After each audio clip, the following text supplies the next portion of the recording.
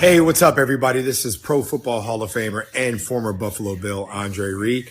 You're listening to Nate and the Fellas on Circle the Wagons podcast. Nobody circles the wagons like the Buffalo Bills. Go Bills.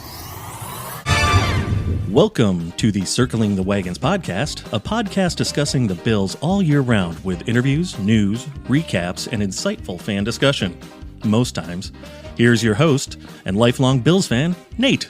Hello, Bills Mafia. Welcome to the first official episode of the Circling the Wagons podcast, no longer affiliated with the Buffalo Rumblings podcast network.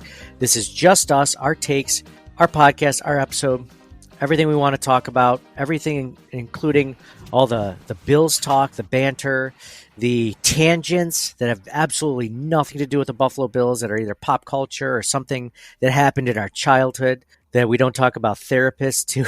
We just talk about it on the podcast, all that stuff. So last episode, we just on the Buffalo Rumblings podcast network, we talked about the last Chicago Buffalo Bills preseason game. This episode, we are going to talk about the 53-man roster projection for what's going to happen on Tuesday when they start cutting down players in the Buffalo Bills.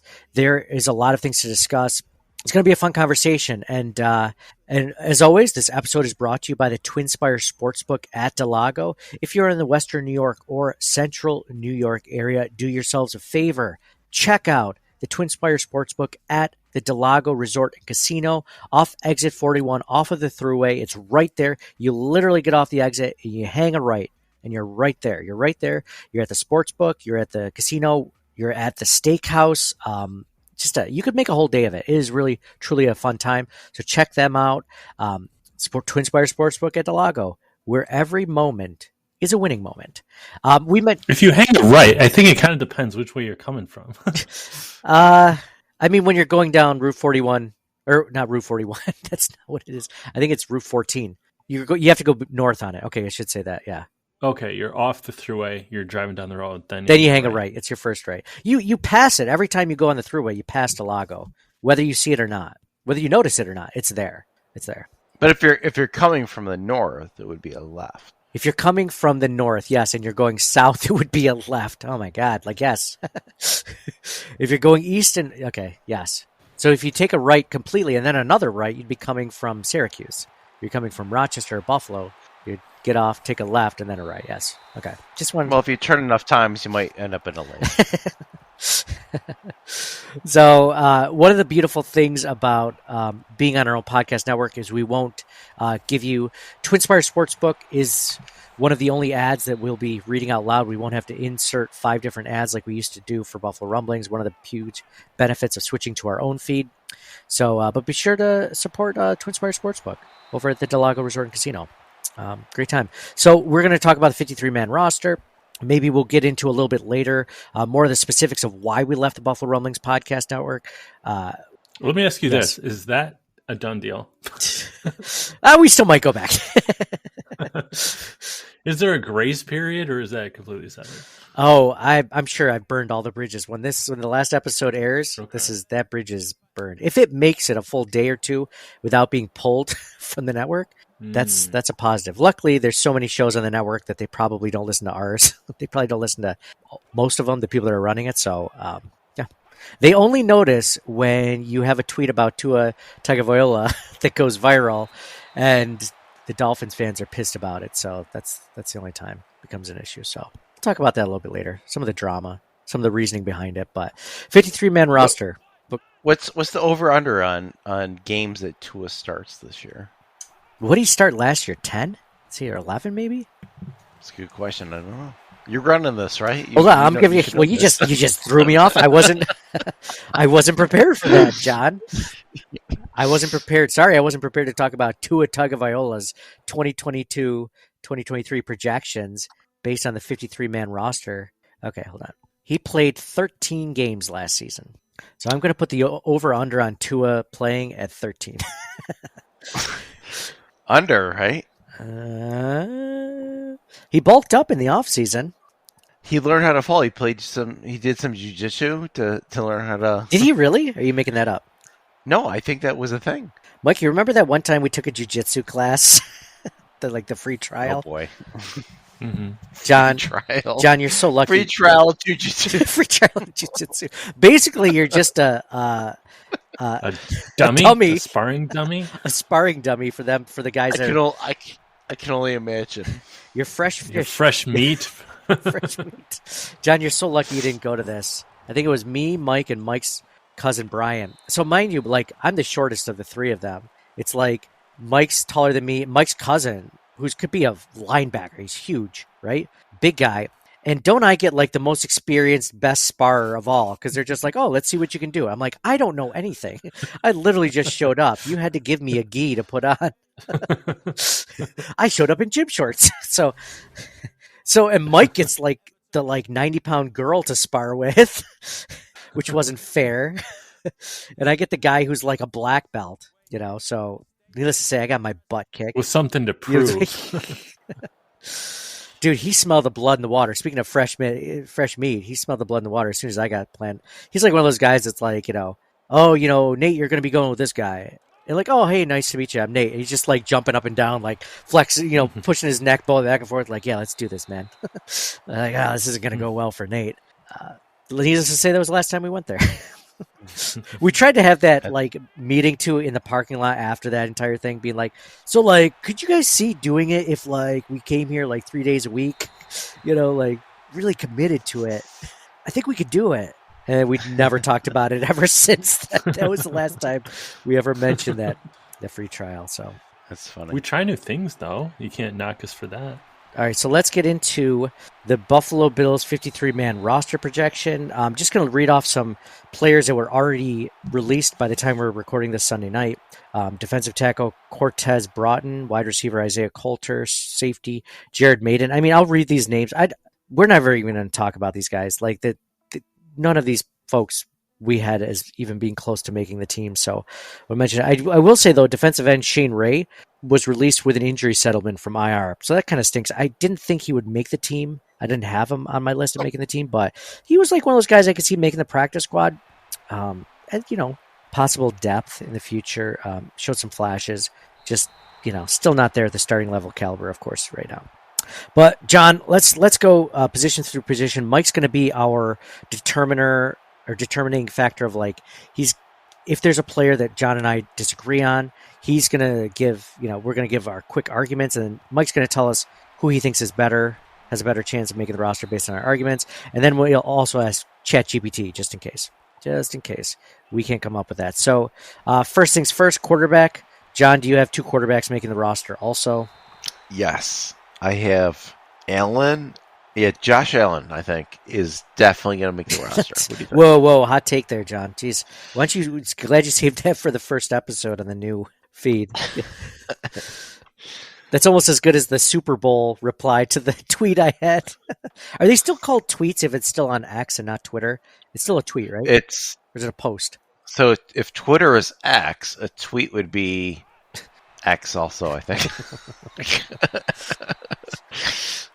Anyway, yeah. Yes, I have Allen and Allen making the roster. What do you think? Correct. I mean, I mentioned in the last episode, Joe B mentioned like the Bills possibly trading for Case Keenum. I think at this point, unless it's a guy specifically like Case Keenum or Mitchell Trubisky, someone that has experience in the system, it's a crapshoot. I mean, Trey Lance they would have traded for sure, but at this point, You think Barkley's making practice squad? Yes, I do. How many practice squad players do they get? Because I feel like maybe as part of this exercise, we should mention the practice squads. Okay, fill out maybe the practice squad. Okay, let's do that. Matt Bark. So they have 16 practice squad. 16. 16. Yep. Wasn't it like 6 or 7 just a few years ago? Yeah, it was just it was like 8 since or 9 COVID. or 10 or something. I think it was like 8, and then it became like 16. It came like 9 or 10 with COVID, and then they added another game. So they allowed inclusion for veterans to become part of the practice squad too. So yeah, I remember that part. That's a lot of practice squad play. You said 16? Yeah. Okay, well, yeah, Mark Barkley, definitely, for sure. 16, like, I don't think I can come up with 16 players. All right. Up to 4. So here it is. Out of the 16 players on the practice squad, team can have any number of players who have not accrued at least 9 NFL or at least 9 games in an NFL season, up to 4 players who have accrued no more than 2 NFL seasons, and up to 6 players with no limitations on experience. So, here, I'll put out the practice squad too. Keep track of those guys, okay? So, yeah, because we'll get to the end of this and be like, oh, let's put everybody on the practice squad that we want to cut. Yeah. So Matt Barkley, we already have on the practice squad. They're going to keep. You can keep 3 quarterbacks now, or you have 3 active for game day, and they don't count against your 46-man active roster. And in the last 5 years, they've only capped more than 2 quarterbacks once. So when did they keep? When did they keep it? Was it when it was Josh, Nathan Peterman, and who was the? Why can't I remember the third one? I think it was when they had Fromm. Yes, thank you, Jake Fromm. But I will double check. It was Matt Barkley again. Matt Barkley there. Yeah, I think it was Allen from Barkley. 2018. Yeah. It was I'm thinking of 2018. Maybe they didn't keep. Is that when they kept 3, or was it 2019? No, 2020. Oh, 2020. Sorry, that sounds right. Because they were worried about subjecting Fromm to waivers. So here it is: Josh Allen, Matt Barkley, and I can't find who the third one. Maybe it was Fromm. Anyway, not important. We wasted enough time on that. So 2 guys, practice squad. Matt Barkley, he's one of our 16. Boom. And it also might have been like the very initial, because like these stats are based on the initial 53 roster. Yeah. So they might have had him for like the first week, but then it was somebody else, or like even before the first game, like they got rid of him, right? Yeah, exactly. So let's go on to running back. I have the Bills keeping 4 running backs if you include Reggie Gilliam, James Cook, Damian Harris, and Latavius Murray. I mean, those are locks for running back. And then we have Reggie Gilliam as the 4th running back, who's really a fullback. And Gilliam has that, special teams. So it works both ways. He can, moonlight in some certain pass situations. But also he's kind of like a tight end. So he's kind of counts for tight ends too. So he's kind of that tweener. But that's why I have starting 4 for running backs. How about you? I agree 100%. No, one of those guys that should be waived. I mean, I feel like between Jordan Mims and Darrington Evans and Ty Johnson, I think the Bills should keep at least one of those guys, and I know they will. No. You don't think? Dime a dozen. Dime a dozen. What have we been talking about? What have we been talking about the last 20 years? Running backs aren't as important, and it's finally becoming apparent. I mean, to the detriment of the players themselves, but like, it's a thing now. You don't care about those players. You don't care about their livelihoods. I do. I love these guys, but like, you can't keep them all. Like, my big issue in the past was like drafting all these first round running backs or trading for LaShawn McCoy, and like, oh yeah, sure, they're all great, but they're not helping you win any games. They didn't make the playoffs any of those years. I think Latavius Murray surprised me. I thought he was going to be the token old guy that McDermott likes to have at running back. He actually looked pretty good. Harris looked as advertised. He had the 2-yard touchdown run. Cook has been looking good. He's got the pass blocking down, it looks like. He's very dynamic. And Gilliam's been great. So those are the 4. They don't need more than that. No. I'd say it's almost like a 2A, 2B between Harris and Latavius Murray. So Harris just has the injury issues and concerns. So we'll see. He has age on his side, but the injury bug. I know you don't care. I think I'm going to have them. If you had to choose between Evans, Mims, and Ty Johnson, who do you think that they keep out of those 3 running backs? Because I think they will keep at least one. I think it might be Darrington Evans. I do. If they did, it would be Evans. Mims didn't even play this last game. Yeah, I don't know if he was hurt or not. But I would say Evans just because he could return kicks as well. But I'm not for the purposes of this exercise, I'm not putting him on the final 53. You're not putting Evans on? No. Oh, no. I'm just putting him on the practice squad. Remember we were keeping track of that? Oh, yes. Oh, yeah. Sorry. Practice squad. Yes, definitely. If I had to pick the next top guy, I would pick him for practice squad. Okay. All right. So right now we have 6 players roster. Tight end. This one's pretty. Or do we want to do wide receiver or tight end next? Wide receiver. Okay. All right. So this is where it gets really interesting. Or maybe not that interesting, especially after this last game. Maybe not. Let's talk about the guys that we know are going to make the team. Stephon Diggs, Gabe Davis. Ooh, Diggs. Yeah, I don't know. Ooh, let's talk about that one real quick. We're going to need the second best player on the entire team. So Stephon Diggs, Gabriel Davis. Some people were talking about Khalil Shakir being a cut. I think he's a definite to make the roster. No, Shakir is top 3 or 4. Top 3 or 4. For sure. Deontay Hardy makes the team, and Trent Sherfield. Yes. So those are 5. Yes. Those are 5. Historically, how many have the Bills kept? 6 or 7? Or 5 even? So last year they started with 7. The 4 years before that, it was all 6. Okay, let's assume 6 then for argument's purpose. So we have the top 5 for sure. Diggs, Davis, Shakir, Hardy, Sherfield are definitely safe. So now we get to the 6th one. Who do you like as your 6th receiver? Is it Andy Isabella or is it Justin Shorter? Justin Shorter. Because I think he's shown more in both. So he's good gunner, special teams. Isabella on special teams, like the speed is there, but he hasn't shown enough other than just the speed. Like he's not getting any more yards than the average guy. All he does is hold on to the ball, and he seems fast, but he gets tackled right away, it seems like. But not always hold on to the ball, because this last game, he had the return. Yeah, he had the return that had a fumble. That cost him his roster spot right there, that fumble. And, well, I'm joking. I already didn't. But even before this game, I didn't have Isabella making the roster. I thought about it. I honestly thought about it. I almost like Aitman better, or Keyshawn Johnson better. Dude, Aitman is the one that his guy got pushed into the punter. That's why the punt was blocked, because Aitman that's true. He whiffed on that one. So I do have Justin Shorter. I'll cut this one shorter. I think it's Justin Shorter also. Agree. Well, and mostly for the fact that he's a draft pick, which Bean loves his draft picks, except when they're Wyatt Teller. No, he's just kidding. He loves his draft picks. This is a guy in a cost-controlled contract. He has special teams ability right now, ASAP. He's a special teams contributor, and he's a potential long-term offensive contributor. I've seen people say that he could potentially be Gabe Davis if Gabe Davis leaves next year. I don't think he's anywhere close to being ready to be that role at all. I know he's got size. I know he's a physical freak, but that guy, I mean, Gabe Davis, like, he was their entire offense at, where'd he go? Florida, Central Florida. He was their entire offense. Justin Shorter was not the entire offense of the Florida Gators. Like, he was kind of an afterthought, even in that offense. So you're talking about a guy that's never proven it in college, all of a sudden proving it somehow in his second season next year for Gabe Davis. I don't see it, but I think he has short-term potential of special teams, maybe long-term potential as a contributor in some way or shape or form. I don't know. Yeah, I agree with that. Yeah, so like if you had to pick a guy who might make the practice squad, or like the guy on the cusp, Andy Isabella for like, sure. Isabella or Aitman or Isabella. Shavers, Isabella. Brian Thompson, Isabella. Keyshawn Johnson, Isabella. Isaiah Coulter, Isabella. Brian Thompson, Isabella. Desmond Patton, Isabella.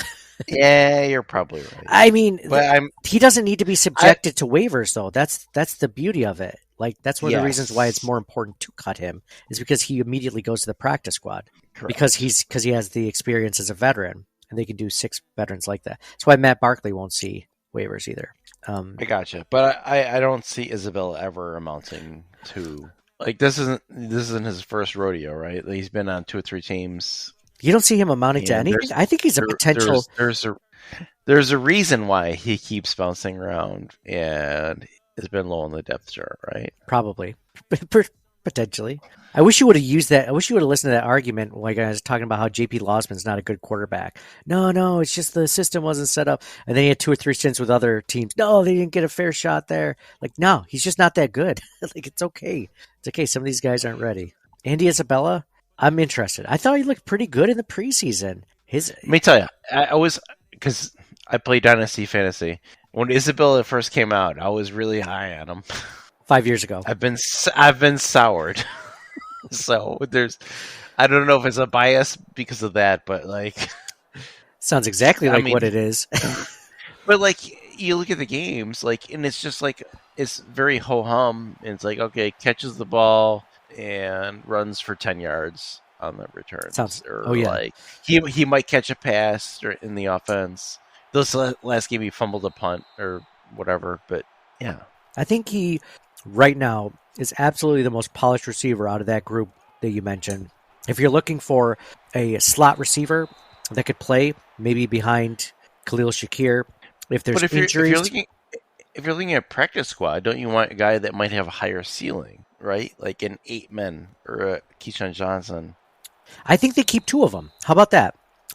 Wide receivers a big enough group where I see that them keeping 2 of them. So I don't know if we're going to go to all full 16, but let's say they keep Andy Isabella. Who would you keep if you had another roster spot, John, for your practice squad? I would do Johnson and 8-man. Keyshawn Johnson and Desmond or Marcel Aitman. Marcel Aitman. What about Tyrell Shavers? I liked him. He looked pretty good. I mean, I don't know. I hope you're not holding that. That is not as much, but I don't know. It's hard. So Aitman and Keyshawn Right, Johnson. You like Keyshawn just because it sounds like the real Keyshawn Johnson. No, because I think he shows some stuff in special teams too. Both Johnson and Aitman had some receptions as well over the preseason. I don't know. I mean, you look at the top half of it and Diggs, Shakir, Hardy, Sherfield, Shorter, Davis. I mean, they're going to be fine. And Kincaid, which we're about to talk about in a moment. Yeah, I think we have. I thought there'd be more conversation about wide receiver. We're on the same page.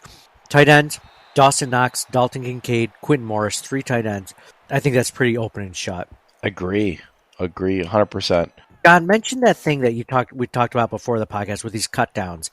Like, it's going to be interesting conversations on a few of these positions, but man, it's good to be in this place, right? That's right. Like during the drought, you would have these conversations and be like, well, they all suck, so who are we going to who could we possibly keep? Because it doesn't fucking matter. But now it's the opposite. It's the roster is so good, like the top 50, it's like, yeah, these guys are making it. But those last 5 is like, you get down to the bottom, it's like, I really wish this guy would make the roster, but it's really hard because these guys are really good too, and it really depends on what position you might need a little bit more of, and it's hard. You're talking about like Andy Isabella, for example. That guy would have easily made the team in the drought years. Like, he might even be the 4th best wide receiver on the team. Yeah, I don't Brandon Beane's got hard decisions. It's hard, very difficult, and we're about to get into offensive line, and that might be maybe not our first discrepancy. I don't know. So historically, there are a lot of offensive linemen here. Yes. So how many historically do they normally keep? Because I feel like that's either like 9 or 10. I think is what their number is. That's correct. The last 2 years they had 9. The 2 years before that they had 10, and the year before that they had 9. So 9 or 10. Okay, let's figure 9 for argument's sake. Unless you have a 10th that you definitely see as coming, and we can get rid of another one somewhere else. Well, that's the thing. I had 10. Okay. So give me your 10, and I'll let you know where I kind of agree or disagree. Okay, so for starters, I had Dawkins and Brown. Unfortunately, Mitch Morris, Connor McGovern, Osiris Torrance. So that's 5. Mm-hmm. Ryan Bates, pretty obvious. Yep. Questenberry. Unfortunately, obvious. It's not. It shouldn't be obvious, but they're just so bad that it's okay. Go ahead. David Edwards. Mm-hmm. And then the last 2, me go with the guy I like. Yeah, let's go with the guy you like first. Vandemark. I think I like Vandemark a lot, and so that's what I'm going to go with him. The guy I don't like as much, but I think they're going to keep because veteran presence and whatnot, like Butker. I think they're going to keep Butker. Vandemark's more of the wild card, but I like him, so I'm picking him. So that gets me to 10 on the offensive line. So I think we should preface this by, is this an exercise of who you want or what you think they'll do? Because I feel like this should be what we think the Bills will do. What we think. Because, I mean, I could see. Because I see you want Vandemark. I just don't see the Bills necessarily doing that. And I would like them to keep him too. But you're also talking about a guy who's an undrafted free agent from a year ago, who's only been on the practice squad. Do you think he'll get poached off the practice squad to an active roster? That's the question, right? Like, can they keep him on the practice squad? Because that's your biggest worry with any. It's just like in fantasy football, right? You're dropping a player. You have to choose between two players.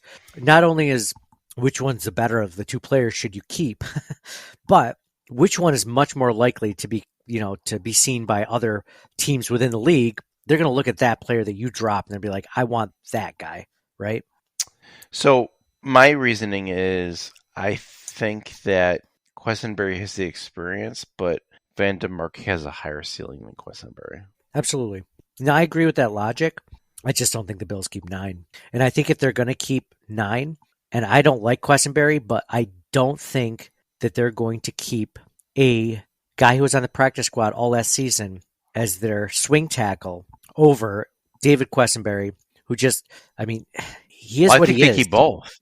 So in my lineup, they keep both. Okay. So you have them keeping both. Okay. So I'm going to go with, in this case, I'm going to say they go with 9. I think that they waive. I think they waive Ryan Vandemark.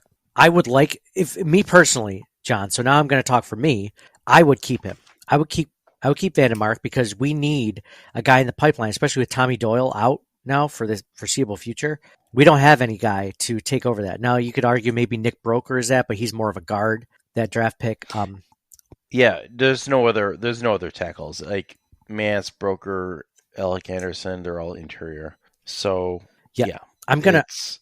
So this is where we differ. I'm gonna say the Bills waive Ryan Vandemark, but I would like them to keep him in that role. But they've never kept 10, right? So that would be no, they have. So they kept 9 the last 2 years, and then each of the 2 years before that they kept 10. Okay, and then 9 in 2018. So it's 9 or 10, basically. 9 or 10. All right. I don't think that they would do that. I don't think they'd make an exception for Vandemark, even though I like him. Unfortunately. So you have 10 and I have 9. So that's going to be so in the entire offense we have one discrepancy, which is not bad. Not bad. We got through the entire offensive roster for the most part. All right, let's go to defensive end. Go ahead. And when we get through the defense, we might go back and be like, oh, so we have a spot available because we didn't like this other guy. Maybe Vandemark's the fill-in, right? Exactly. So that's going to be a fun conversation. Like, who do we trade him for, or who do we think that the Bills would? Unfortunately, I don't think the defense is going to get any easier because it gets harder. I think. To me, the defense is even harder to project because there's a lot of good players. Can I give you an idea? If I were to find a way to keep Vandemark on the roster, who would I get rid of from that offensive line group specifically? I would get rid of Ike Butker. Agree. I would agree, but I don't think that's going to happen though. They love Ike Butker, and what has he done to really prove that?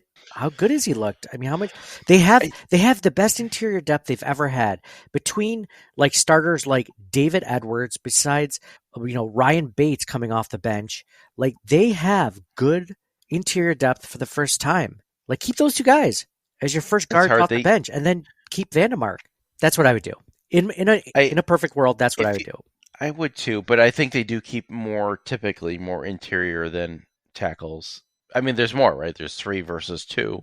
Bates can play across the line, so obviously you're keeping him. Bates, who I think should play right tackle instead of Spencer Brown right now, but that's another topic. That would be interesting, actually. Could it be much worse? I don't know. At this level, but and even the depth, we're automatically cutting here. I guess we didn't talk about practice squad for offensive line, but Alec Anderson has looked good, right? Yeah, I like Alec Anderson. I haven't noticed Nick Broker that much. He's a rookie, but maybe that's a good thing because usually when you hear about them, it's because they're doing something wrong. He's exactly. I think he's a practice squad candidate as well, just because he was drafted by the Buffalo Bills and he has experience as a starter and he's played both tackle and guard. They love versatility. All those things check the box, right? Draft. Yeah, and both Greg Mance and Alec Anderson can play center, essentially. I mean, so can Bates, but last year it didn't look good when they had to have somebody fill in for center. So I don't think they have a strong candidate for backup center on the roster anywhere, to be honest with you, even though players can do it. I think Bates is I mean, he's by far, that's where they've been playing him in the preseason. As soon as Mitch Morse comes off, he's been playing. I think he's a passable center. He's probably the best that they have, right? So yeah, but I just think he's a better guard for sure. That's kind of where I see it. But at least we have, for once, we have the ability to not even have to start Ryan Bates. You know, it's a good thing to have, even though he'd be starting a right tackle. What do you think? So, Mike, decide this one. Maybe you can ask ChatGPT who you think between who will make the Bills 53-man roster, or why don't you ask ChatGPT this? Will Ryan Vandemark make the 53-man roster? So his last name, it's Ryan, just right, like it's not Ryan, it's Ryan. Ryan is spelled Ryan like normal, and then Vandemark is spelled capital VAN space capital DEMARK. It doesn't know. Never heard of him. All right, well, let's revisit if we go through the defense here. Yeah, sounds good. All right, defensive end. We're going to assume that Von Miller's on the pup, just like we have for the entire offseason. I think we did part of an episode just based on, like, will Von Miller come back for week 1, like he said he will. I don't think so. So that leaves our starting 4 defensive ends. I have us keeping 4. John, how many do you have us keeping? Also 4. Okay, so I'm guessing it's Rousseau, Floyd, Epinesa, and Boogie Basham. Yes, that's what I had. Unfortunately, Shaq Lawson, I think, is going to be the odd man out here. And also Kingsley Jonathan, who I talked about in the previous episode, who's done good. Cameron Klein has even done well, too, in action. But I think with the Von Miller activation imminent, I don't think they're going to keep more than 4. No, I agree. And that's going to be an interesting conversation when they have to play him, who they're going to get rid of, the first guy off. But yeah, I like Kingsley Jonathan. I think Kingsley Jonathan, Shaq Lawson will make the practice squad. Maybe even Cameron Klein. I'm not sure yet. Do you agree with that? Lawson and Jonathan making the practice squad for now? Yeah, I'm perfectly fine with that for sure. I like both those guys. So now let's go to defensive tackle. This one's kind of pretty obvious too. There's 5 of them: Ed Oliver, Daquan Jones, Poona Ford, Jordan Phillips, Tim Settle. Right? Like that's agree. 5 again. Again, this one's okay. This isn't that bad. It's taking us a lot longer to go through this than it really needs to be sometimes. But but it is getting to a big one now. That's what she said. Linebacker. Linebacker's difficult. And this is a potential area where if you're looking to keep 10 offensive linemen, maybe you don't keep one of these guys, right? So I think right now it's obvious that Matt Milano's going to stick around. I think we have to assume. Yeah, I agree. Matt Milano probably is going to stick around. Yeah, right? He seems pretty decent. You might put him on the bubble. Okay, let's get practice squad, priority practice squad. So we got Milano. I'm assuming Dodson is going to make the team, even though he doesn't look great. But they're still not going to trot him out there every week as a starter and then be like, no, we're cutting you. So Tyrell Dodson, I have it. Terrell Bernard, number 3. Dorian Williams, a rookie, definitely going to make the team, right? I'm assuming Tyler Matakevich is number 5 because of special teams. And then we get to number 6. If we do number 6, did they say how many do the Bills normally keep, John? Is it 6 or 5? It does depend. In all of the last 5 seasons since 2018, it's always been 6. Okay. So let's assume 6 then. Although I think this is an area where you might be able to get 5. So do you agree with the first 5 I mentioned? Yes. Okay. Wait, what did you say? You said Milano, Dodson, Bernard. Milano, Dodson, Bernard, Dorian Williams, and Tyler Matakevich on special teams. Matakevich, yeah. And the 6th one, Agree. The 6th one is I think it's going to be either between Balen Spector or AJ Klein. Correct. So which one? I mean, I think they put in Balen Spector. I mean, mind you, he's a draft pick, so he checks off that box, right? Draft pick, right? He plays special teams, check off that box, right? And then the fact that like he could potentially have a decent ceiling. I mean, they played him at first string middle linebacker like the third day into training camp, and you never saw first team reps again. But I think they like him. And AJ Klein, they know what they have. I'm sure they could sign him back either to the practice squad or at any point during the season get him back. So if it was me, if I was looking at the thing, it's like, well, who are we going to be able to most likely keep or not keep if we were to release them or waive them. And I see Balin Spector more likely getting picked up, only because of everything I mentioned, special teams, draft status, and the fact that he has potential long-term defensive usage. So what do you think? I agree. This is going much more well than I thought it would.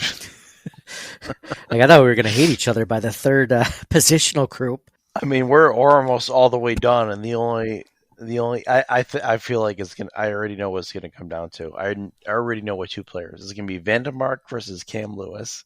All right, well, let's go into quarterback. I already know it's gonna be between those two players for the last spot, and that's really hard. Well, let's that's what she said. Let's think about that then, because you're right. I mean, everyone we have, because we have the only one I could see like possibly being on the outside, and maybe Saran Neal, but I mean, he's done well in special teams, and like we said in the other episode, he's looked good at nickel corner, man. Like, he didn't look bad. No, I would take Saran Neal over Cam Lewis, but I want to keep Cam Lewis. But I also want to keep Vandermark, and I think that's like when we get down to it, those are going to be the 53 and 54th guys. Like, unless like somebody goes on IR or they do a trade or whatever, it's going to be between those two guys for the last spot for me.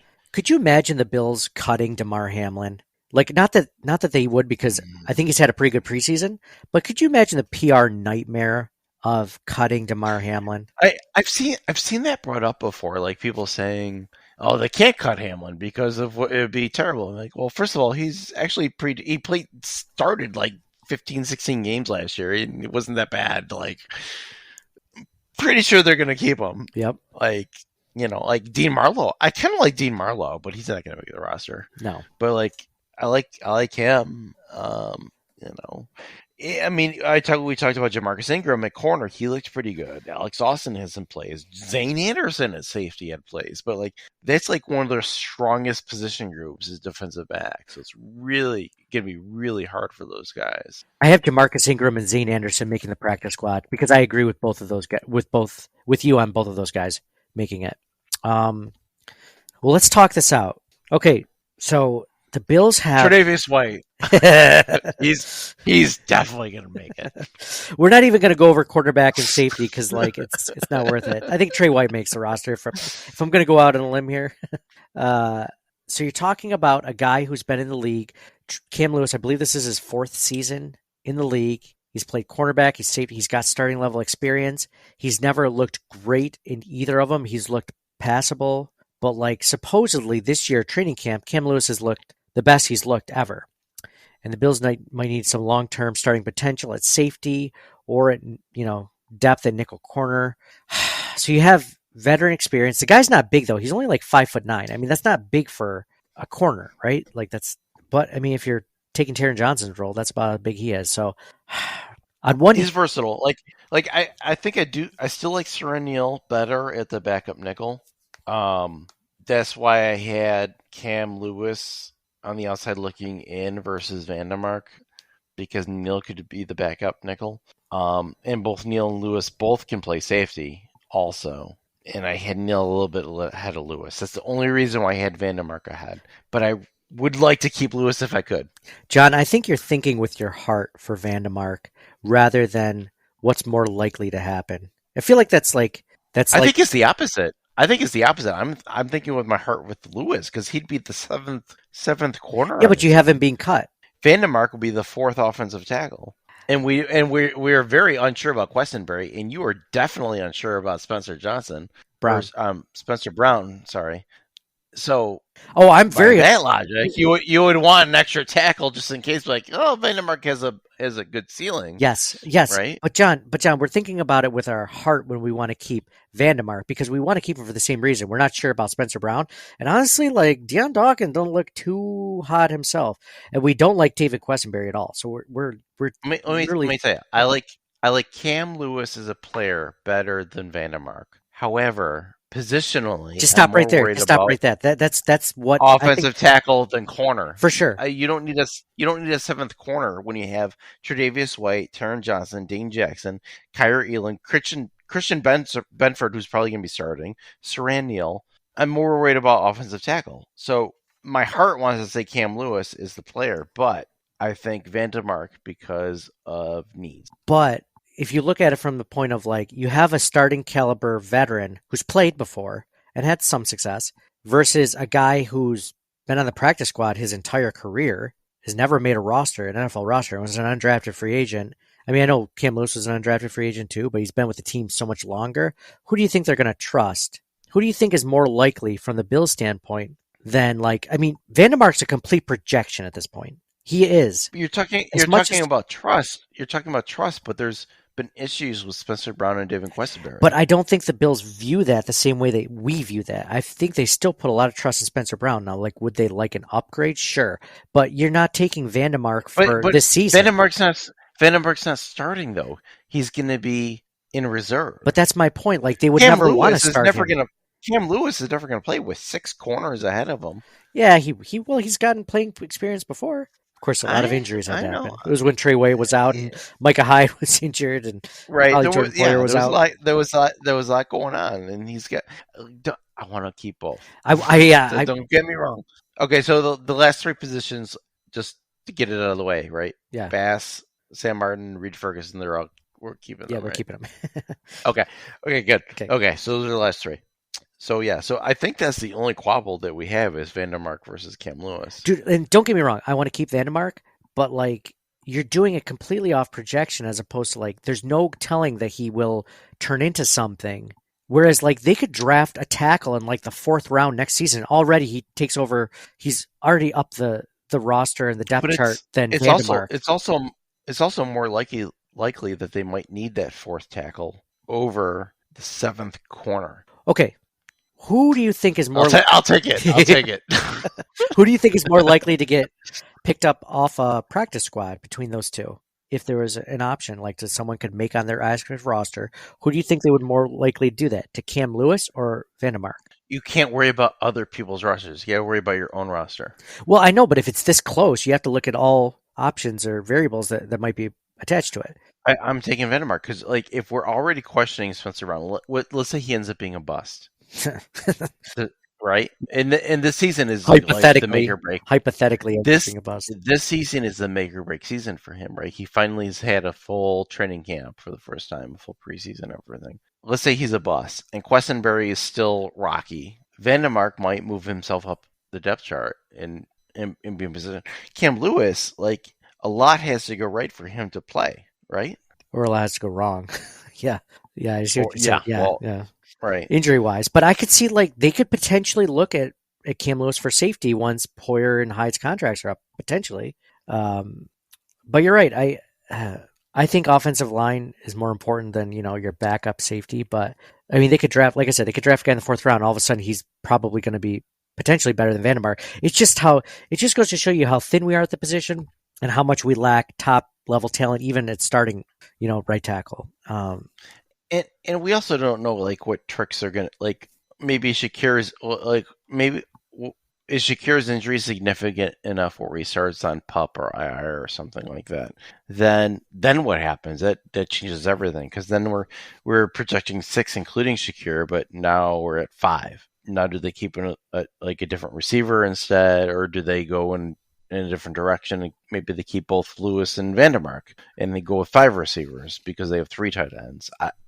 There's at least to start the season. Yeah, I think if that's the situation we're talking about, I think they probably keep a 6th receiver instead of thinking, well, I'll keep a 10th offensive lineman, I think. Have they ever kept 5 receivers? I think you said yes once. And I don't think in the last 5 years. Okay. So it's always been 6. So I think they just take Andy Isabella and they make it. And they did 7 last year to start. So, like, obviously, like, at the first week after the initial 53-man, a lot happens, too. So everything is subject to change. Do we expect, if there was a position where the Bills might, like, keep a guy on the roster like a Vandermark and then release him, like, the next week because they found someone better off waivers?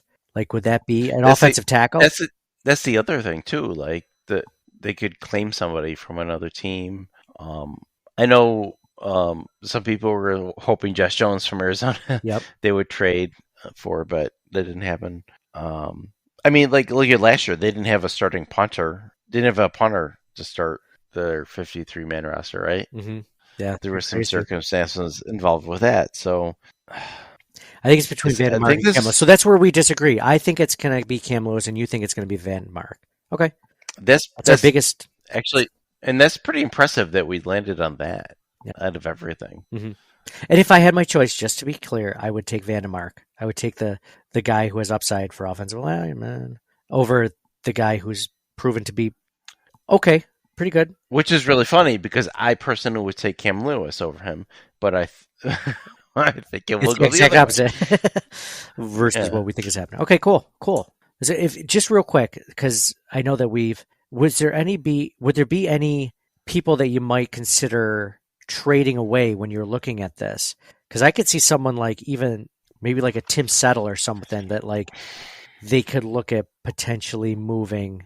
Except he didn't have a great season last year, so I don't know how much you'd actually get for him. Yeah, you'd have to almost trade like a Boogie Basham or an AJ Epinesa or something. Some people like trading AJ Epinesa and keeping Shaq Lawson. I would not do that. Like what? I don't think AJ Epinesa is far behind Shaq Lawson at all, and he's in a contract year. Like keep him. He's on a rookie, deal.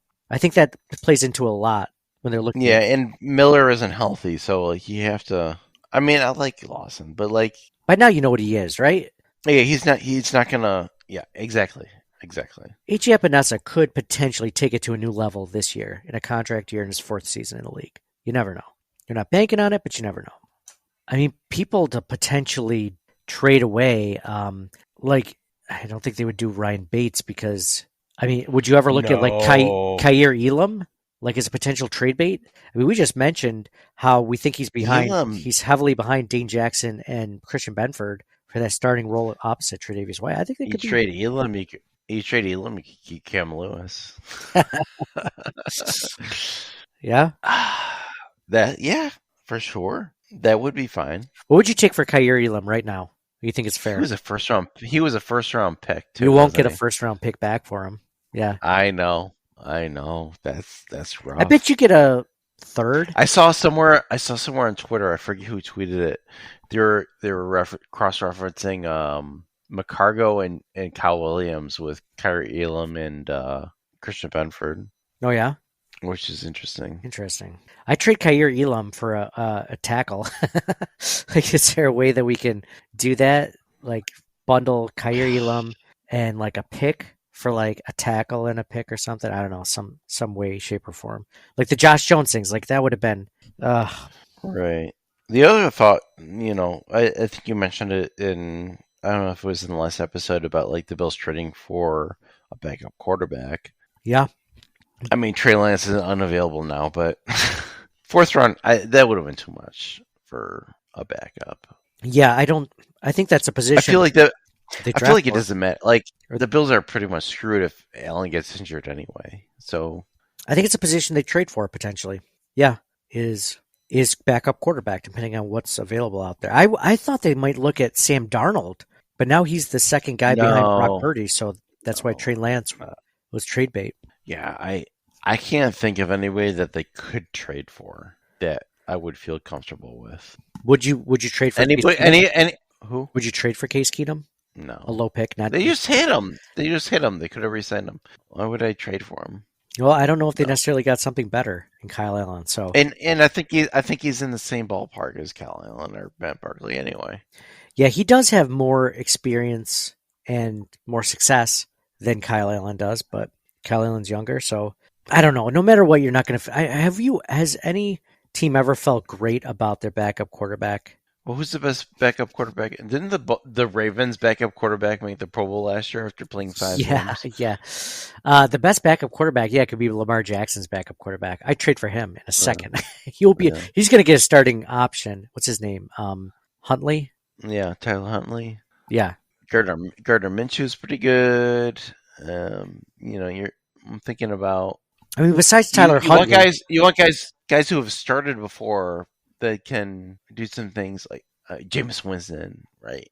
Like he's passed for 5,000 yards. Like that's pretty good. Yeah. Oh yeah.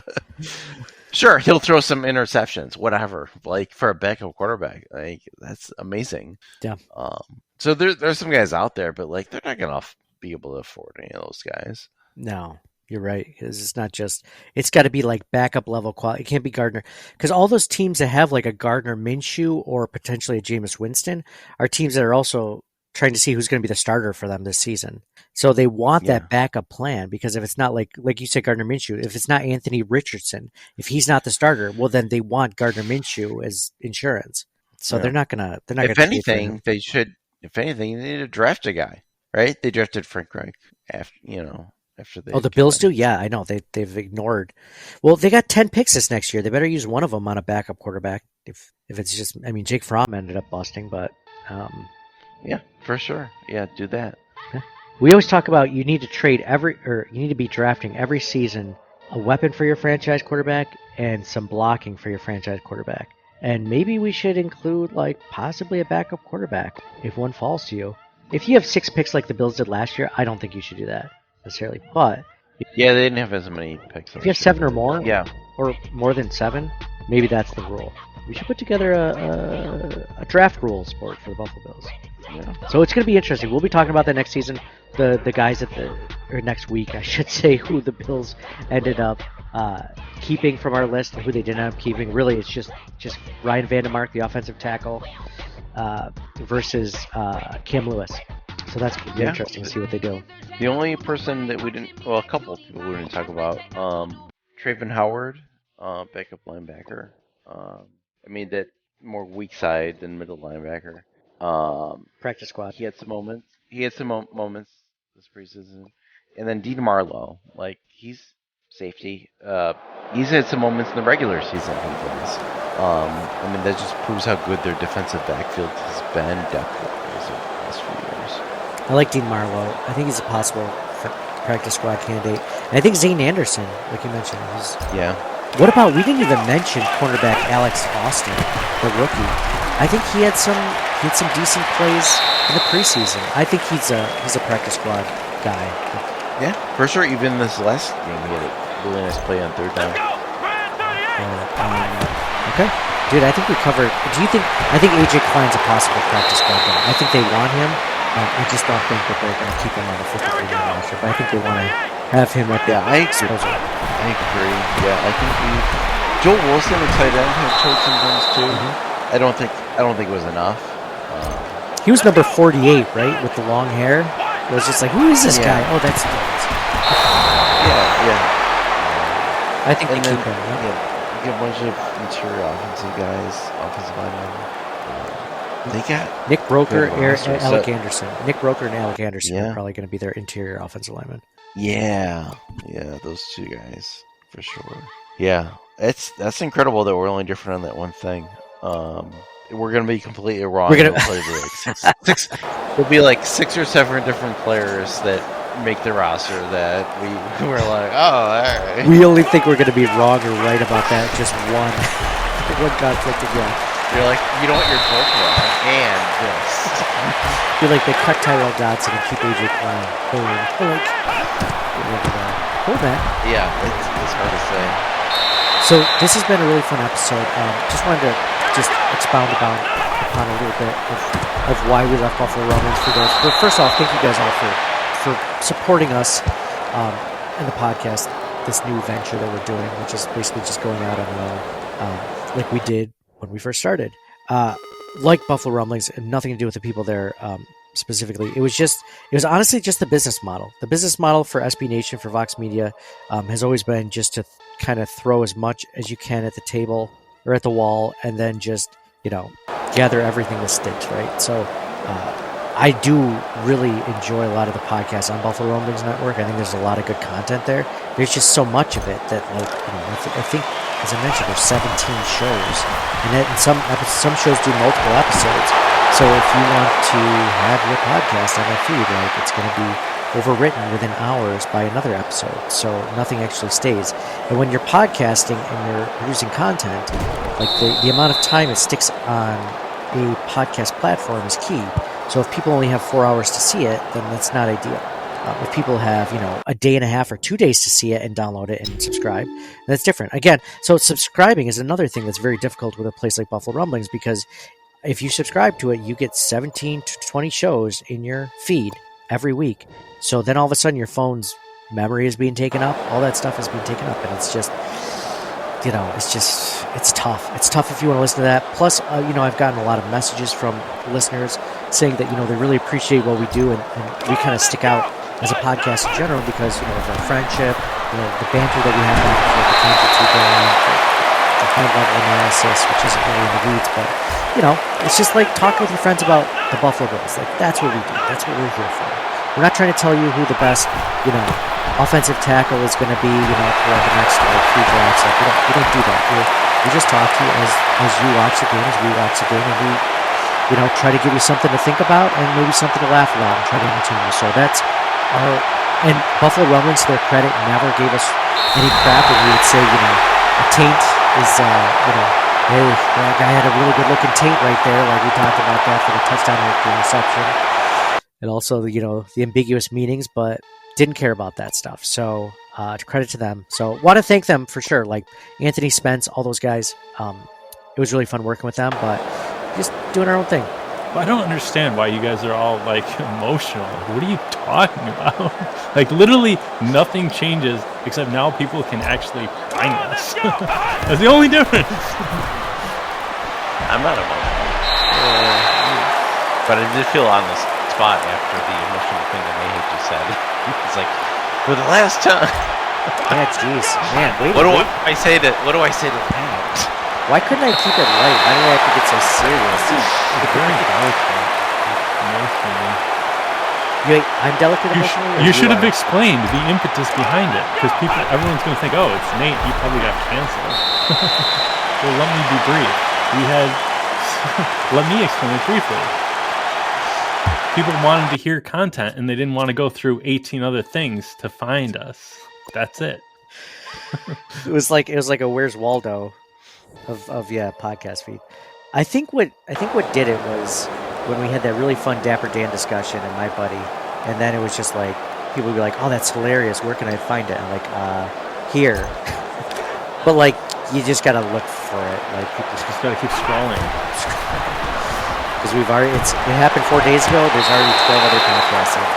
Episodes have already hit the thing. So you'll be able to find us for each week right here at this network channel, whether it's you're listening to Apple Podcasts, Spotify. So that's actually another thing I want to bring up is that, since we're starting a new platform, like ratings and reviews are really important. If you could go ahead and give us a 5-star review, we'd appreciate that. So from now on, we're going to be doing giveaways each week, starting with the regular season, the first week of the regular season. We're going to be doing giveaways for our TeePublic site. We're going to give away Bill shirts, and then we're going to do a monthly giveaway for Bill's hoodies. So how to get your name into the list. We've done this before in the past. This is how we're going to do it. If you leave us a 5-star review on Apple Podcasts, put your name, your handle, your Twitter, Instagram handle, whatever name you want to go by, put that in the description. I'm going to put that into a list, and it's going to go into a weekly giveaways.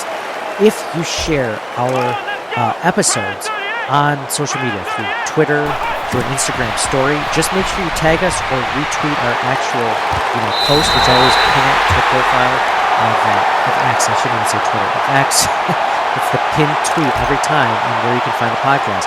If you retweet that, you will be put on the giveaway list. So you could do that 17 times. You can only leave one review technically, but you could retweet and share our stuff and tag us in it like 20 times, right?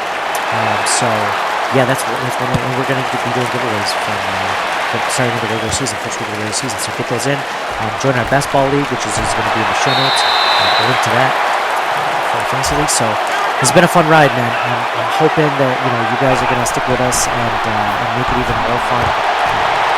The sky's the limit now. Now that we're out here, the sky's the limit. So we're having to start over, obviously, from hopefully retaining some of the listener base from Buffalo Rumblings, but also, we're going to hopefully reach, a few more people too by being around. So thank you guys all for listening. Again, this episode is brought to you by the Twin Spires Sportsbook at Delago, at the Delago Resort and Casino in Waterloo, New York. And I always say it's a jewel of Waterloo. It's one of the coolest places in the area. I always say that, meaning I say that like once every 5 episodes. So all the time. So Mike had to peace out early, but appreciate him coming along for the first episode of the new podcast feed. So signing off for John. Hey, go Bills, and just put our little disagreement in perspective. We're the contract environment and the because of that. I think we're going undefeated this year. I think this is a Super Bowl year, Super Bowl caliber team. We're going to smash the Jets week one. And what else? Yeah, John, you said it very well. If the worst thing we're doing is arguing about the 10th offensive lineman or the 11th DB, I mean, we're in pretty good shape roster-wise. I'm very confident in this team. I like this team a lot. The only worries that I have are worries in the grand scheme of things that aren't that big of a deal, as long as Josh stays healthy, right? Like that's the key. That's the key to all of this. Josh staying healthy. He's got some of the best weapons he's ever had. He's got some of the best blocking he's ever had in some respects. So it's going to be good. I think Bills fans, offensively and defensively, should be excited. So thank you guys all for listening in the new feed. So for me, Nate, go Bills, and we'll talk to you guys again next week.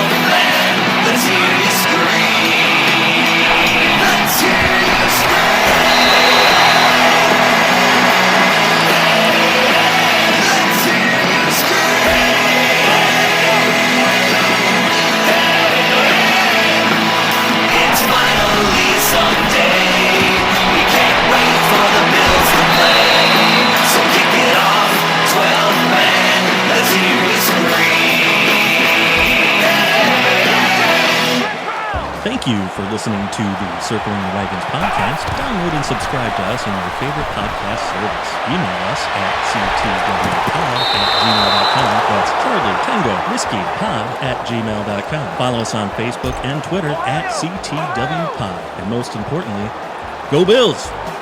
Nobody circles the wagons like the Buffalo Bills. Everybody circles the wagons like the Buffalo Bills.